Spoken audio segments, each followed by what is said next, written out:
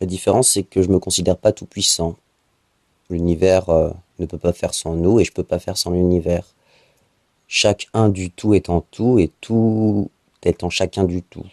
Du coup, c'est je veux ce que l'univers veut et l'univers veut ce que je veux. C'est la fusion, deux en un en deux. Donc il n'y a pas quelqu'un qui aurait la toute-puissance et qui engendrerait ça. C'est l'univers et moi qui voulons en même temps.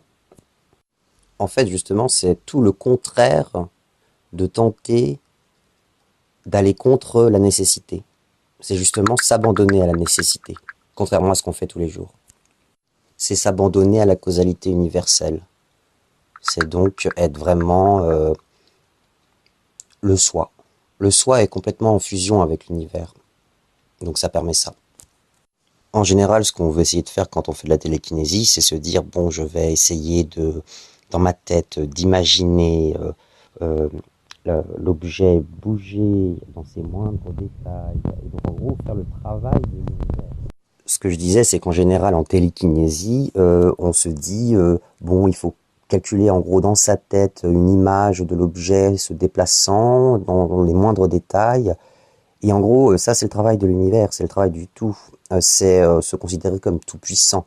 Et là, c'est tout le contraire, justement. C'est être certain que ça va se faire et faire confiance de toute manière à l'univers pour le faire. Dans ce rouleau de PQ, dans le vent, dans tous les éléments qui constituent cette feuille de PQ, il y a des êtres, entre guillemets, oui, des êtres, parce qu'ils sont, chaque chose qui est, qui travaillent. Donc, il faut les laisser travailler. En fait, il y a juste à ne pas douter. Si tu doutes pas, ça marche, tout simplement. Enfin, parce que qu'est-ce que le doute finalement? Qu'est-ce qui constitue le doute? C'est l'ego, c'est le surmoi. Quand t'as plus ça, bah t'as même plus besoin de te poser de questions. Si je sais que la feuille va bouger dans telle ou telle direction, si je le sais, bah c'est que je le sais, que c'est vrai. Donc ça se fait. Le savoir, c'est pas un ensemble de connaissances. Savoir qu'une chose est, c'est justement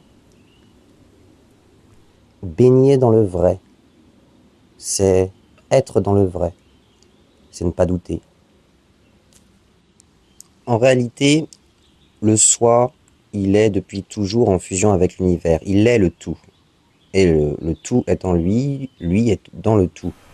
Le truc, c'est qu'il y a toute la surcouche là du cerveau rationnel, donc le cerveau gauche, tout le surmoi, tout l'ego, qui sont sans cesse en train de lutter contre l'univers, contre la nécessité de l'univers, parce qu'il veut être tout puissant, le surmoi et l'ego. Il veut être l'univers. Et c'est justement ça. C'est pour ça que si on supprime l'ego et le surmoi, il n'y a plus ce problème. Puisque de toute manière, tu ne peux pas te tromper, puisque tu ne peux pas essayer d'être contre l'univers, si tu n'as plus ça. Le doute, c'est se demander si on peut croire ou non. C'est parce qu'il faut savoir être sans le mental. Et c'est plus difficile, ça correspond à la vidéo que je vous ai envoyée à toi et Marianne. Le problème, c'est que les êtres humains se sont identifiés à leur mental, alors qu'en réalité, on est bien plus qu'un mental. On est bien plus que l'ensemble de nos pensées. Et on a oublié ce que c'était que d'être, que d'exister sans penser. C'est la pensée qui nous domine, alors que c'est normalement notre conscience qui devrait utiliser la pensée comme un outil.